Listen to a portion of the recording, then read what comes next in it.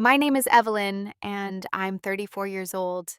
I never thought a simple family dinner could change everything, but that's exactly what happened last Thanksgiving. We were all seated around my parents' mahogany table when my father looked at me with disappointment in his eyes and said, "I hate how you live." The room went silent.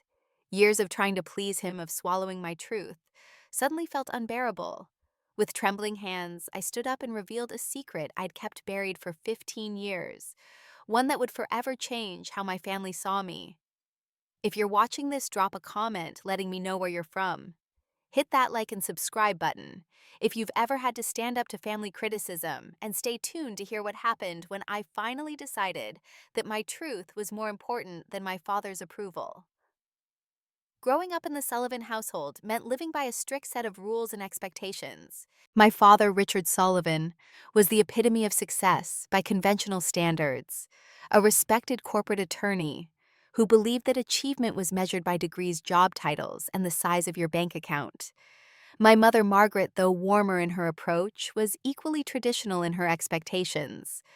While my father pushed for prestigious careers, she gently but persistently inquired about potential husbands and reminded me that my biological clock wouldn't wait forever.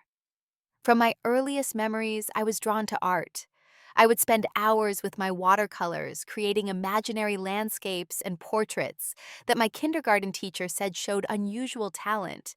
My bedroom walls were covered not with posters of boy bands, but with my own creations and prints of works by Monet, Kahlo, and O'Keeffe. Art was my sanctuary, my way of processing the world. "Art is a hobby, Evelyn, not a career," my father would say whenever I mentioned wanting to be an artist. "You're smart enough for law school. Even business would be acceptable. But art, that's something you do on weekends, not something that pays the bills." My younger brother Thomas was different. 3 years my junior, he seemed to naturally align with our father's vision. He excelled in debate club, took advanced math and science courses, and never questioned the path laid out for him. By the time he was in high school, it was clear he would follow our father into law. And the pride in my father's eyes, when Thomas was accepted to Harvard Law, was unmistakable. The contrast between how my parents viewed Thomas and me grew more pronounced as we got older. Family dinners often became showcases for Thomas's achievements, while my accomplishments in art were treated as cute distractions. "That's lovely, dear," my mother would say about a painting that had taken me weeks to complete, before quickly changing the subject to Thomas's latest academic honor. When it came time for college, I made my first real stand. Despite my father's pressure to attend his alma mater and study pre-law, I applied to, and was accepted at the Massachusetts College of Art and Design. The argument that followed my announcement was epic. "You're throwing away your potential," my father had shouted, his face red with anger. "Art school, do you know how many artists end up waiting tables or worse?" "It's my life, Dad." I had responded with more courage than I felt. "I need to follow my passion." "Passion doesn't pay bills," he retorted. "But go ahead, make your mistake. Just don't come crying to us when you can't find a real job." I compromised slightly by majoring in art education rather than fine arts, a decision that I made partly to appease my parents, and partly because I discovered a genuine love for teaching during a high school mentorship program. It wasn't enough to fully satisfy my father, but it was something he could at least understand. Teaching was a proper profession, even if the subject was art. After college, the distance between my parents and me grew. I took a job teaching art at a public high school in Boston, living in a modest one-bedroom apartment that I decorated with flea market finds and my own artwork. I adopted a rescue cat named Vincent, after Van Gogh, of course, and built a life that was authentically mine, if perpetually disappointing to my parents. Thomas, meanwhile, excelled at Harvard Law, married his college sweetheart Stephanie, and joined a prestigious firm in Boston. Within a few years, they had purchased a beautiful colonial home in a suburb outside the city and had 2 children, Emma and Jack. They were the perfect extension of my parents' legacy, while I remained the family outlier. Despite the tension, we maintained our family traditions. Thanksgiving, Christmas, and Easter were non-negotiable gatherings at my parents' home. These occasions were exercises in emotional endurance for me, hours of subtle criticisms wrapped in the guise of concern. Comparisons to Thomas that were never stated outright, but always implied. and the growing sense that I would never measure up to what my family wanted me to be. But I kept showing up year after year, holding on to the hope that someday they might see me, really see me, and understand that I was living a life of meaning and purpose, even if it didn't match their definition of success. Last Thanksgiving began like any other holiday at my parents' home. I pulled my 10-year-old Honda Civic into the circular driveway parking behind Thomas's sleek BMW SUV.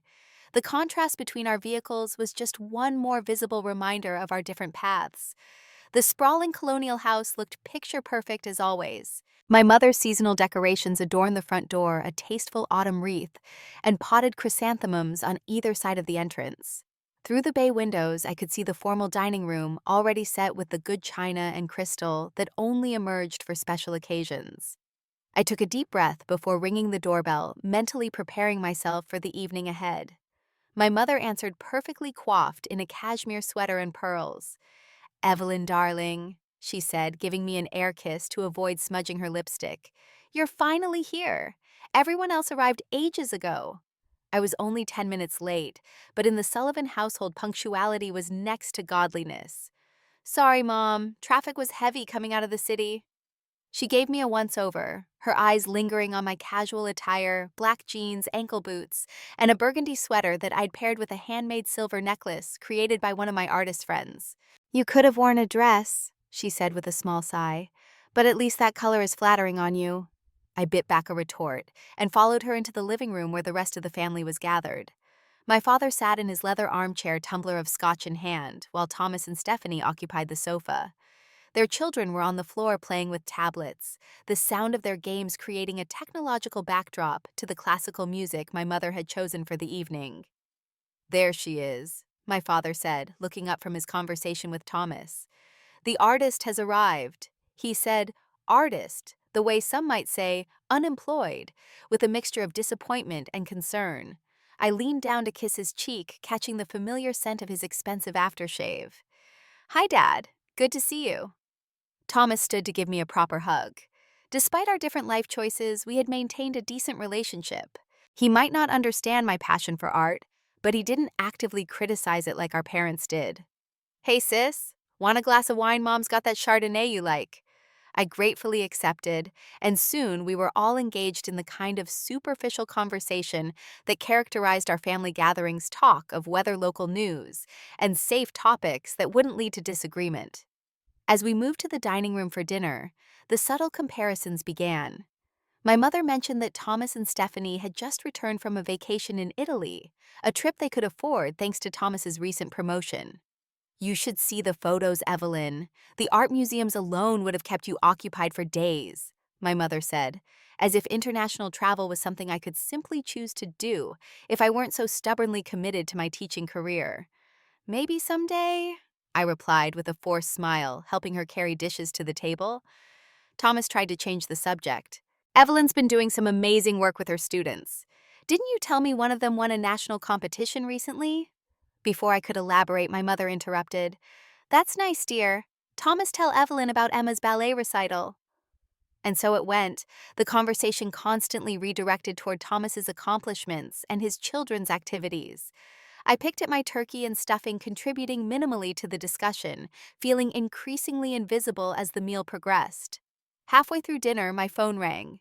I normally would have ignored it, knowing how my father felt about phones at the table, but I recognized the number as belonging to Zoe, one of my students who had been going through a difficult time. I excused myself and stepped into the kitchen to take the call. "Ms. Sullivan," Zoe's voice was shaky. "I'm sorry to bother you on Thanksgiving, but I didn't know who else to call." The 16-year-old was in tears, explaining that she'd had a massive fight with her parents about her desire to apply to art school. They had threatened to cut her off financially if she didn't choose a sensible major. The irony of the situation wasn't lost on me. "Take a deep breath, Zoe," I said, my voice low to avoid being overheard by my family. "This isn't a decision you have to make today. We'll talk more on Monday, okay? In the meantime, try to enjoy the holiday. Your art isn't going anywhere, and neither is my support." I spent about 10 minutes talking her through some immediate coping strategies, promising to help her research scholarship options and alternative ways to pursue her passion. By the time I returned to the dining room, my father's disapproval was palpable. Work calls during Thanksgiving dinner now. He asked, his eyebrows raised. What could possibly be so important? It wasn't work, Dad. It was a student in crisis who needed support. Isn't that what school counselors are for? Surely you're not expected to be on call during holidays.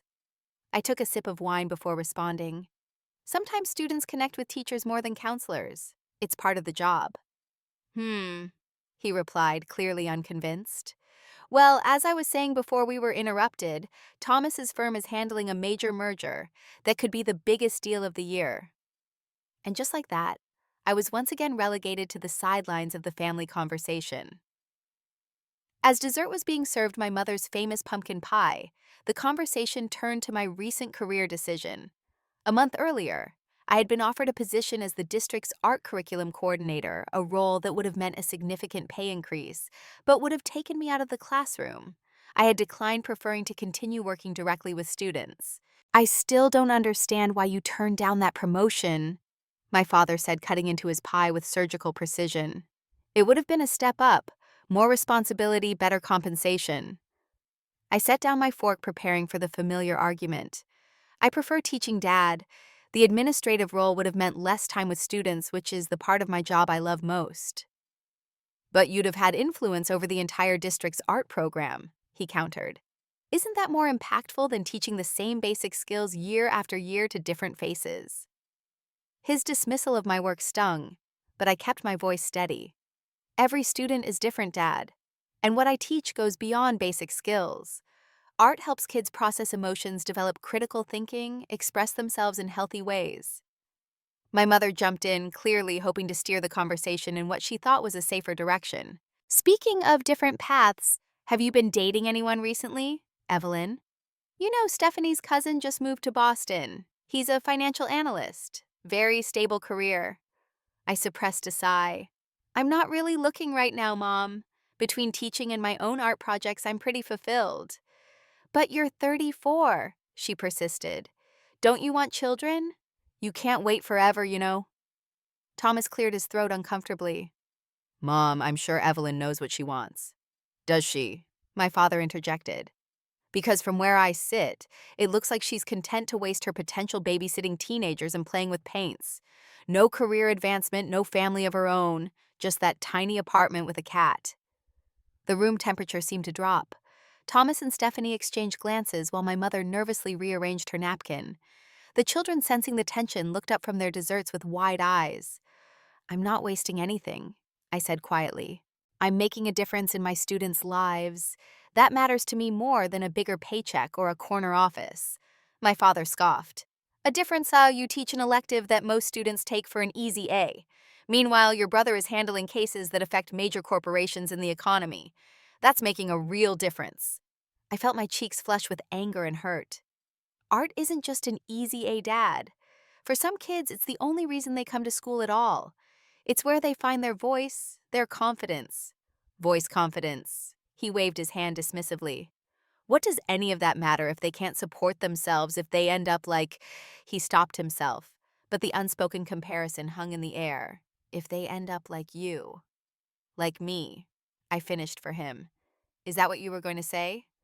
The table fell silent. My father looked at me directly, his expression a mixture of frustration and what might have been concern, though it presented as judgment. I just want more for you, Evelyn. I always have. You could have been so much more than a public school art teacher. And then he said the words that would change everything. I hate how you live. 5 simple words that cut through years of pretense and polite disagreement. 5 words that made it impossible to continue the charade that we were just a normal family with different perspectives. I stared at him, the weight of his disapproval crushing down on me, just as it had throughout my childhood and adult life. But something was different this time. Perhaps it was the rawness of his statement, the dropping of all pretense. Perhaps it was the call from Zoe earlier, reminding me of what was truly important. Or perhaps it was simply that after years of bending and accommodating, something inside me finally broke. I placed my napkin on the table and slowly stood up my chair, scraping against the hardwood floor, with a sound that seemed to echo in the tense silence. You hate how I live, I repeated, my voice surprisingly steady despite the trembling in my hands. You've made that abundantly clear for most of my life, Dad. But there's something you don't know. Something I've never told any of you. My mother's eyes widened with alarm. Evelyn, perhaps this isn't the time. No, Mom. If not now, when I've spent 15 years keeping this inside, trying to be the daughter you both wanted. But I can't do it anymore. I took a deep breath, aware that everyone at the table was staring at me. My father's expression had shifted from dismissal to wariness, sensing perhaps that we were about to move beyond our usual scripted arguments into uncharted territory. There's a reason I'm so committed to my students, I began, a reason that goes beyond just loving art. 15 years earlier, I was a sophomore in college, still trying to balance my passion for art with my desire to please my parents. I had been dating a fellow art student named Jason. He was brilliant, passionate about his photography, and completely unsuitable by my parents' standards.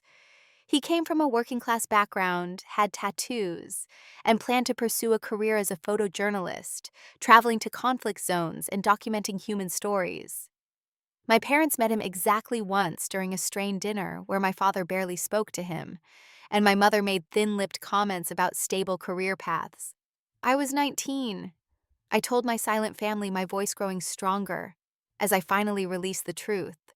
Jason and I had been together for almost a year when I discovered I was pregnant. My mother gasped softly, her hand flying to her mouth.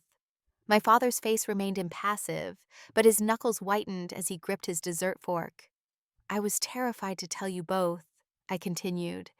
I knew what you would say, that I was ruining my life, that I should either get an abortion or give the baby up for adoption. But despite my fear, I was actually happy. Jason was too.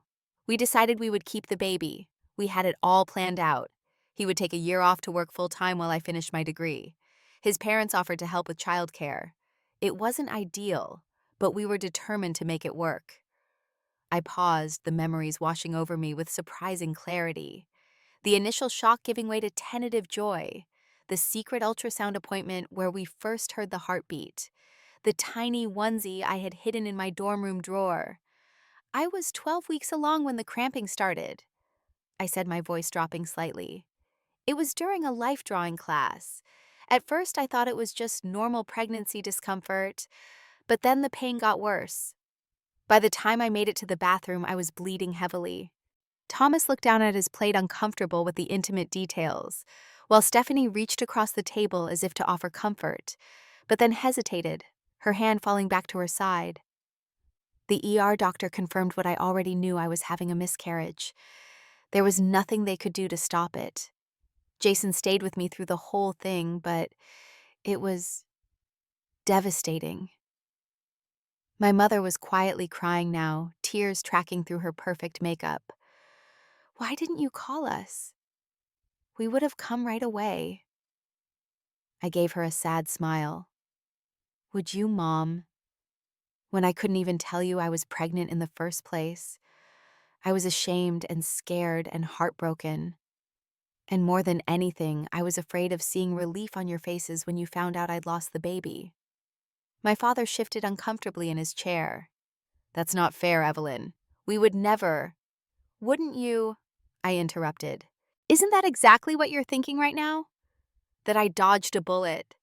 That a miscarriage was better than becoming a young single mother who would have wasted her potential even more thoroughly than I apparently have now. He didn't answer, which was answer enough. After the miscarriage, I fell into a deep depression. I continued. Jason and I broke up not because we didn't love each other, but because the grief was too much to bear together. He transferred to another school, and I was left alone with a loss I couldn't share with anyone. I looked directly at my father now. That's when I decided to switch from fine arts to art education. During my recovery, I had started volunteering at a youth center, teaching art to kids from difficult backgrounds, creating art with them, seeing how it helped them process their own traumas and challenges. It gave me purpose again. It helped me heal.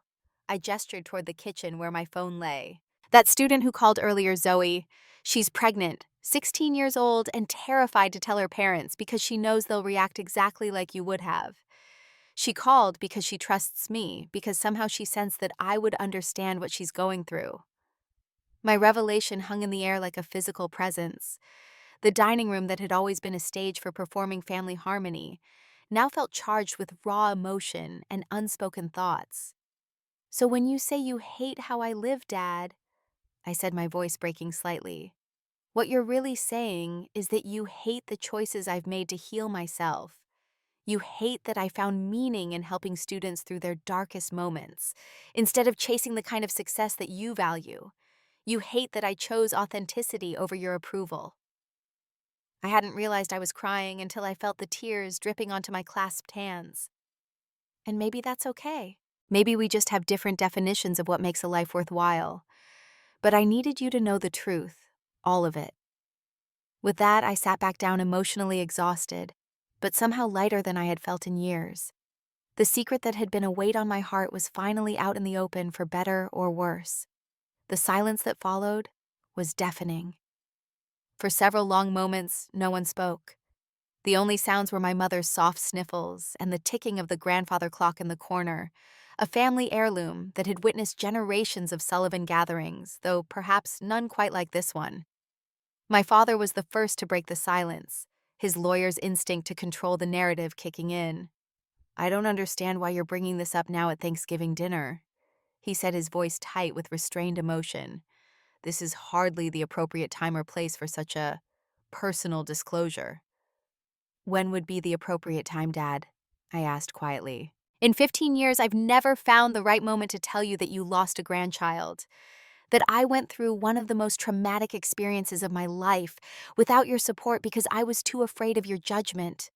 "That's not fair," he said, his voice rising. "You can't accuse us of failing to support you through something we knew nothing about. You made that choice, Evelyn. You chose to keep us in the dark." My mother reached for my hand across the table. "I wish you had told us, sweetheart. No matter what were your parents, we would have been there for you." "Would you, Mom, really?" I asked. "Because all I've ever heard from both of you is disappointment in my choices. Why would I have expected anything different when I was 19 and pregnant by a boy you openly disapproved of?" Thomas finally spoke up, his voice subdued. "I had no idea, Evie. All this time, I was so wrapped up in law school back then in my own path. I should have been a better brother, should have noticed something was wrong." His wife, Stephanie, who had been quietly watching the family drama unfold, placed a hand on his arm. "You couldn't have known if she didn't tell you." "But that's just it," Thomas said, looking at me with new understanding. "Why did Evelyn feel she couldn't tell any of us? What does that say about our family?" My father stood abruptly, his chair nearly toppling backward. "This is ridiculous. You're all acting as if we've committed some terrible crime. We wanted the best for our children, success, stability, happiness. If that makes us villains in your eyes, Evelyn, then so be it." "I don't think you're villains," I replied. "I think you're parents who confused your vision of success with what would actually make your children happy. And in your case, Dad, you've never been able to accept that my happiness doesn't look like what you imagined it should." And my Aunt Clara, my father's sister, who had been silently observing the exchange, spoke up unexpectedly. "Richard, sit down. For once in your life, listen to your daughter instead of talking over her." My father glared at his sister but remained standing. "I've heard quite enough. Evelyn has ambushed us with this story from the distant past, clearly designed to make us feel guilty for wanting her to live up to her potential." "It's not a story, Dad," I said firmly. "It's my life, my experience, and I didn't share it to make you feel guilty. I shared it because I'm tired of pretending to be someone I'm not just to earn your approval." "So what do you want from us?" he demanded. "Absolution. Permission to continue throwing away your talents on finger painting and babysitting troubled teens." Thomas stood now too moving to stand beside me. "That's enough, Dad. Can't you see how hurtful you're being? Evelyn just told us something incredibly painful and personal, and you're still criticizing her career choices." "Stay out of this, Thomas," our father warned. "This is between your sister and us." "No, it's not," Thomas insisted. "We're a family, all of us. And I've sat by for years watching you diminish Evelyn's choices while praising mine, even though she's probably making more of a difference in this world than I ever will drafting contracts for corporations that already have too much power. The unexpected support from my brother brought fresh tears to my eyes. In all our years of family dynamics, Thomas had never so directly challenged our father or defended my path. My father looked genuinely shocked at this united front. He opened his mouth as if to deliver a scathing retort, then closed it again. Without another word, he turned and walked out of the dining room, the sound of his study door slamming echoing through the house moments later. My mother looked torn, clearly distressed by the fractured dinner and the revelation about my past. "I should go talk to him," she said, half rising from her chair. "Let him go, Margaret," Aunt Clara advised. "Richard needs time to process. We all do." The remainder of the gathering dissolved into smaller conversations. Some relatives expressed sympathy, others awkward support. A few seemed almost excited by the dramatic turn the holiday had taken, while others were clearly uncomfortable with the raw emotion on display in a family that typically prized composure above all else. I excused myself and stepped outside onto the back porch, needing air and space to process what had just happened. After 15 years of keeping my secret, it was finally out in the open. The relief was palpable, but so was the uncertainty about what would come next. The November air was crisp and cold against my flushed face as I leaned against the porch railing, looking out at my mother's meticulously maintained garden. The roses had long since gone dormant for the winter, but the structural elements, the stone paths, the small fountain, the carefully pruned shrubs remained as orderly as ever. So much like my mother herself, beautiful controlled everything in its proper place. I heard the door open behind me, but didn't turn around assuming it was Thomas coming to check on me. Instead, my mother's voice broke the silence. "You'll catch your death out here without a coat," she said, draping a cashmere wrap around my shoulders. It was such a motherly gesture at odds with the emotional distance that had characterized our relationship for so long. "Thanks, Mom." She came to stand beside me at the railing, her posture perfect as always, though I noticed a slight tremor in her hands. "I lost a baby too, she said, after a long pause, her voice so quiet I almost didn't hear her. "Before you were born." I turned to look at her surprised. "You never told me that." She gave a small sad smile. "In my generation, we didn't talk about such things.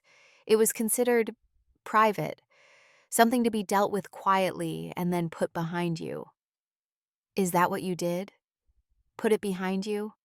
She shook her head slightly. "You never really do. You just learn to live with it. I think about that baby sometimes, who they might have been, what they might have looked like." She paused. "When I was pregnant with you afterward, I was terrified every single day that I would lose you too." This glimpse into my mother's inner life was unprecedented. In all my 34 years, I couldn't remember her ever sharing something so deeply personal, so vulnerable. "I wish I had known," I said softly. "Maybe it would have helped me not feel so alone when it happened to me." "I wish I had told you," she replied. "I wish you had felt you could tell me. The thought of you going through that without support." Her composure cracked tears welling in her eyes again. "I failed you as a mother." "No, Mom," I said, reaching for her hand. "We've all failed each other in different ways. We've been so busy maintaining this image of the perfect family that we stopped being honest with each other." She squeezed my hand. "Your father, he loves you, Evelyn. He just doesn't know how to show it when you don't fit the mold he created in his mind. He's always been that way, rigid, certain that his path is the right one. It took me years to understand that his controlling nature comes from fear." "Fear of what?" "Failure. Uncertainty. He grew up with so little. His father worked 3 jobs and still barely kept food on the table. For Richard, success isn't just about status or money, it's about security. He pushed you toward lucrative careers because in his mind that was ensuring you would never face the kind of hardship he knew as a child." I'd never thought of my father's motivations in that light before. It didn't excuse his behavior, but it did help me understand it a little better. I still wish he could see that there are different kinds of security, I said. I might not be wealthy, but I'm financially stable. More importantly, I have purpose and meaning in my work. That's its own kind of security. My mother nodded. I see that now. Watching you stand up for yourself tonight. You reminded me of myself when I was younger before I learned to silence my own voice to keep the peace.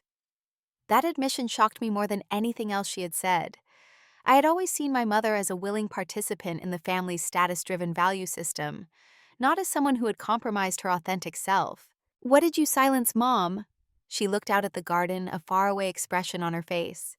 I wanted to be a writer. Poetry, mainly. I was quite good, actually had a few pieces published in literary journals when I was in college. But then I met your father, and he had such clear ideas about what our life should be. Professional husband, supportive wife, children, who would continue the upward trajectory. My poetry didn't fit into that narrative. Do you still write? I asked. A small secretive smile crossed her face. Sometimes, when no one's around. I have a notebook I keep hidden in my knitting basket. Your father never looks in there. The image of my perfectly coiffed, society-conscious mother secretly scribbling poetry among her yarn and needles was both heartbreaking and strangely hopeful. The porch door opened again, and this time it was Thomas who joined us. "Everything okay out here?" he asked, his breath visible in the cold air. "We're just talking," my mother said, actually communicating for once instead of just exchanging pleasantries. Thomas nodded, shoving his hands in his pockets. Dad's still in his study. Stephanie's trying to keep the kids entertained, but they can sense something's wrong. I should probably go, I said. I think I've caused enough disruption for one holiday. Don't, Thomas said quickly. Don't leave like this. We need to really talk. All of us. Your brother's right, my mother agreed. Running away won't solve anything. We've all been running in our own ways for too long. Before I could respond, my phone buzzed with a text message. It was from Zoe. Thanks for talking earlier, Ms. S. You always know exactly what to say. Happy Thanksgiving. Despite everything, I smiled. That simple message was a powerful reminder of why I had chosen the path I had. Because somewhere along the way, helping young people navigate their own struggles had become my calling. It had saved me as much as it had saved them. I need to go, I said with newfound certainty. Not because I'm running away, but because I need space to process everything that's happened tonight. And honestly, I think Dad does too. My mother looked disappointed, but nodded in understanding. Will you come for Sunday dinner next week? Just the four of us, no extended family. We can continue this conversation when emotions aren't so raw. I hesitated, then nodded. I'll come. But things have to be different, Mom. I can't go back to pretending or staying silent about who I really am. I don't want you to, she said, surprising me again. I want to know my daughter, the real Evelyn, not the one I've been trying to shape you into all these years. Thomas pulled me into a hug. I'm sorry I wasn't there for you back then, sis. But I'm here now, okay, whatever you need. As I drove home that night, I felt drained, but also strangely liberated. For the first time in my adult life, I had stood up for myself and my choices, without backing down or compromising to keep the peace. The family facade had cracked, revealing the imperfect, complex human beings behind the perfect Sullivan image. Whether those cracks could be repaired or, better yet, transformed into something more authentic and accepting, remained to be seen. But I knew one thing for certain. I would never again diminish myself or my choices to earn my father's approval.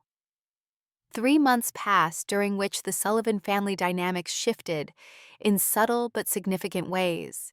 The Sunday dinner my mother had proposed did happen, though it was tense and awkward with my father saying little and everyone else trying too hard to maintain civility. But it was a start. Christmas came and went, a subdued affair compared to previous years, but marked by small, meaningful changes. My mother asked about my students and seemed genuinely interested in my descriptions of their projects. Thomas and I had several long conversations about our childhood and the different expectations our parents had placed on us. And my father, while still reserved, had stopped making dismissive comments about my career. It wasn't a complete transformation, but it was movement in the right direction. The revelation of my past had forced us all to confront the ways we had been performing family rather than truly being family. On a Tuesday afternoon in late February, I was in my classroom after school, helping a small group of students complete portfolios for college art program applications. The winter light was fading outside the windows, casting a golden glow across the paint-splattered tables and the artwork displayed on every available wall space. Ms. Sullivan, do you think this piece is strong enough for my portfolio? Asked Dina, a talented senior who dreamed of attending Rhode Island School of Design. She held up a mixed-media self-portrait that incorporated fabric photography and bold brushstrokes. It's one of your strongest pieces, I assured her. It shows both technical skill and emotional depth. Definitely include it. She beamed carefully, placing the artwork in her portfolio case. One by one, the students completed their work and left, calling out thanks and goodbyes as they headed home. Soon, I was alone in the classroom tidying up supplies and reflecting on the day's lessons.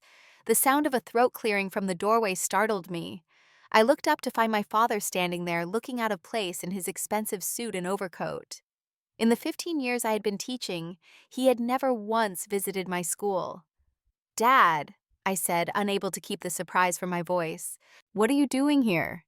He stepped into the classroom, his eyes taking in the student artwork, the organized chaos of supplies, the inspirational quotes I had painted directly onto the walls. "Your mother gave me the address. I hope it's all right that I stopped by." "Of course," I said, still bewildered by his presence. "I was just finishing up for the day."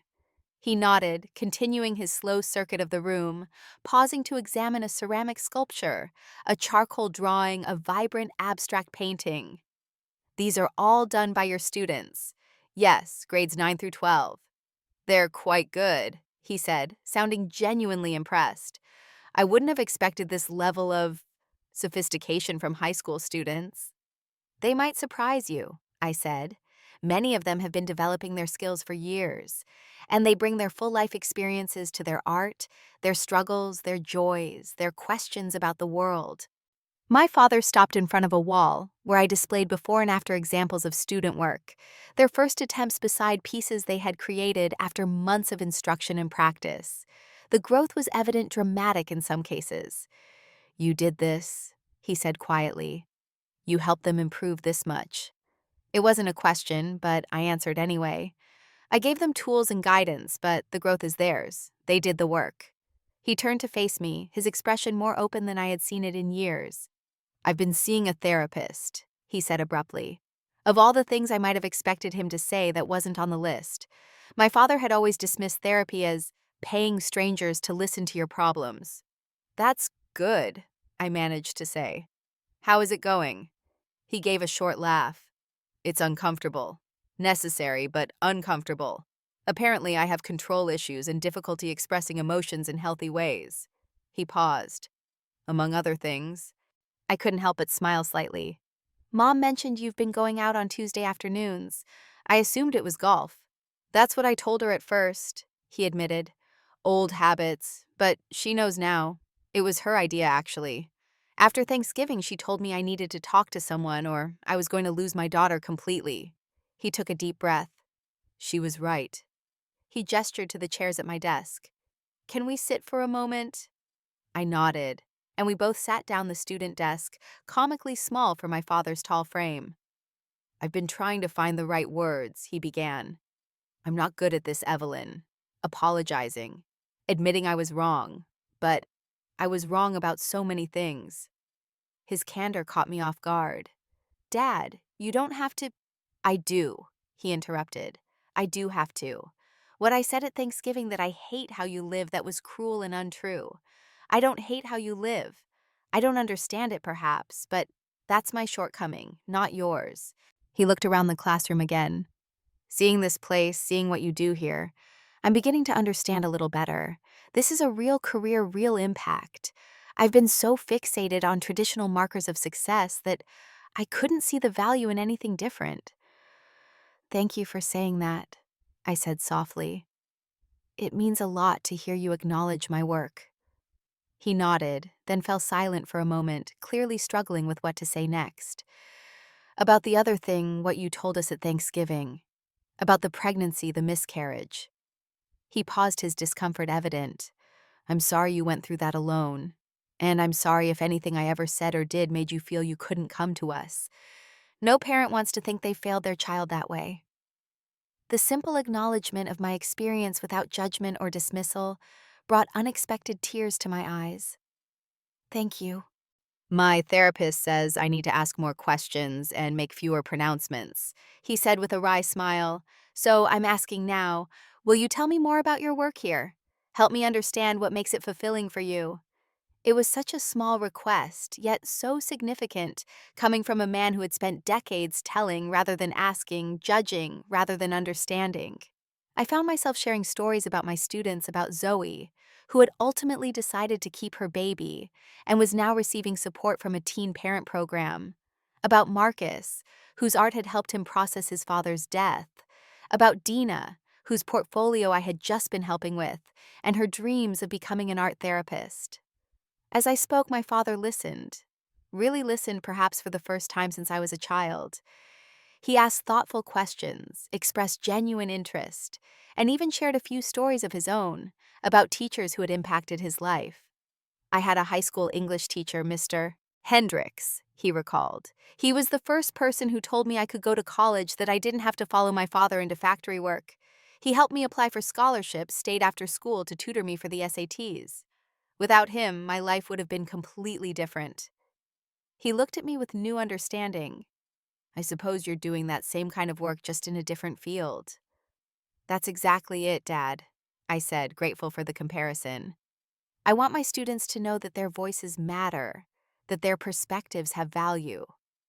Sometimes art is the only way they can express what they're going through. He nodded slowly, like it was for you after the miscarriage. Yes, I admitted. My own art helped me process the grief when I couldn't talk about it with anyone else. I'd like to see your work sometime, he said. Your own art, not just what you do with students. The request was so unexpected, so contrary to everything that had characterized our relationship, that for a moment I didn't know how to respond. I'd like that, I finally said. I have a small exhibition coming up at a local gallery next month. It's nothing major, just a group show with several local artists, but send me the details, he said firmly. Your mother and I will be there. As he left my classroom that afternoon, something had shifted between us. Not a complete healing that would take much more time and effort from both of us, but the beginning of a new kind of relationship based on authentic connection rather than expectations and disappointment. The evening of my gallery exhibition arrived, and I found myself nervously adjusting the lighting on my displayed pieces, a series of mixed media works exploring themes of loss, rebirth, and finding voice through adversity. Though I had participated in group shows before, this was the first time my parents had ever expressed interest in attending. They're not coming, I muttered to myself, trying to manage my expectations. Despite the progress we'd made over the past few months, I half expected my father to find an excuse to avoid an event so clearly centered on the career path he had long dismissed. The gallery began to fill with attendees, fellow artists, friends, some of my current and former students who had received personal invitations. I was in the middle of explaining my creative process to a couple of interested patrons when I heard a familiar voice behind me. There she is, the artist of the hour. I turned to find my father standing there, looking somewhat out of place in his business attire, among the more eclectic crowd, but undeniably present. Beside him, my mother beamed with genuine pride, while Thomas and Stephanie stood a few steps behind Thomas, giving me an encouraging thumbs up. You came, I said, unable to keep the surprise from my voice. Of course we came, my father replied. We said we would. He gestured to the artwork on the wall beside us, a piece I had titled Unspoken, which incorporated fragments of diary entries I had written after my miscarriage, layered with translucent washes of color and symbolic imagery. This is powerful work, Evelyn. I can feel the emotion in it. My mother linked her arm through mine. We've been walking through the exhibit for the last 20 minutes. Your father insisted on seeing everything before saying hello. He didn't want to miss anything. I glanced at my father, who seemed slightly embarrassed by this revelation. I wanted to understand, he said simply, to really see what you've created. Throughout the evening, I watched with amazement as my father engaged with the other artists, asked thoughtful questions about techniques and inspirations, and even purchased a small piece from one of my colleagues, a young photographer, whose work focused on urban decay and renewal. But the most surprising moment came when a local arts reporter approached us and asked about my background and influences. Before I could answer, my father stepped forward slightly. "I'm Richard Sullivan," he said, extending his hand to the reporter, "Evelyn's father, and I couldn't be prouder of the artist and teacher she has become." The words were simple, but they represented a seismic shift in our relationship. For the first time in my adult life, my father was publicly acknowledging and celebrating my path, rather than trying to redirect it. Later that evening, as the exhibition was winding down, my father pulled me aside. "I have something for you," he said, handing me a small, carefully wrapped package. Inside was a journal bound in soft leather, its pages cream-colored and waiting to be filled. "Your mother told me about her secret poetry," he explained, "and about how you used writing and art to process your grief years ago. I thought perhaps, well, I thought this might be useful." "Thank you," I said, genuinely touched by the thoughtfulness of the gift. "I'll use it."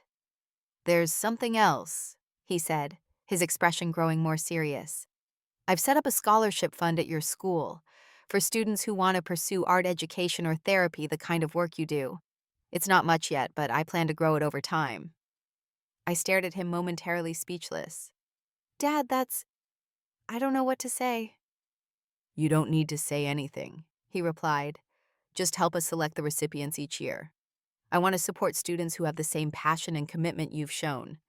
As we joined the rest of the family for a late dinner after the exhibition, I marveled at the transformation that had occurred over the past year. The previous Thanksgiving, I had been a secret keeper, a people pleaser, someone who had spent years contorting herself to fit others' expectations. Now, having finally revealed my truth and stood firm in my authentic self, I had paradoxically drawn closer to my family than ever before.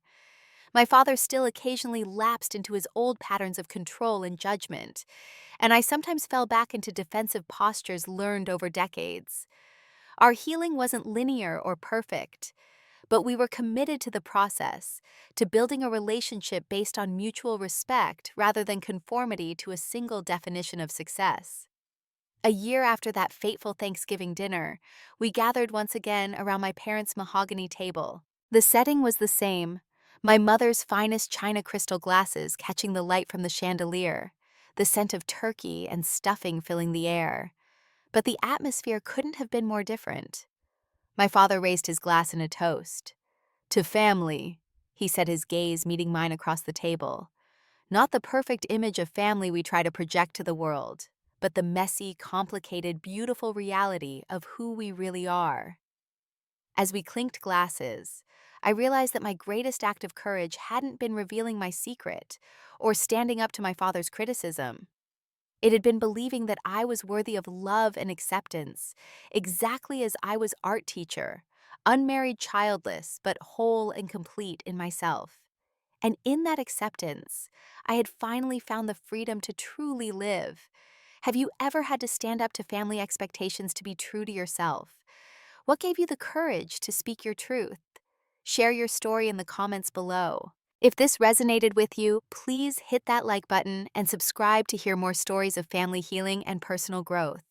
Don't forget to share with someone who might be struggling to find their voice within their family. Thank you for listening. And remember that your authenticity is your greatest strength. You are worthy of love exactly as you are.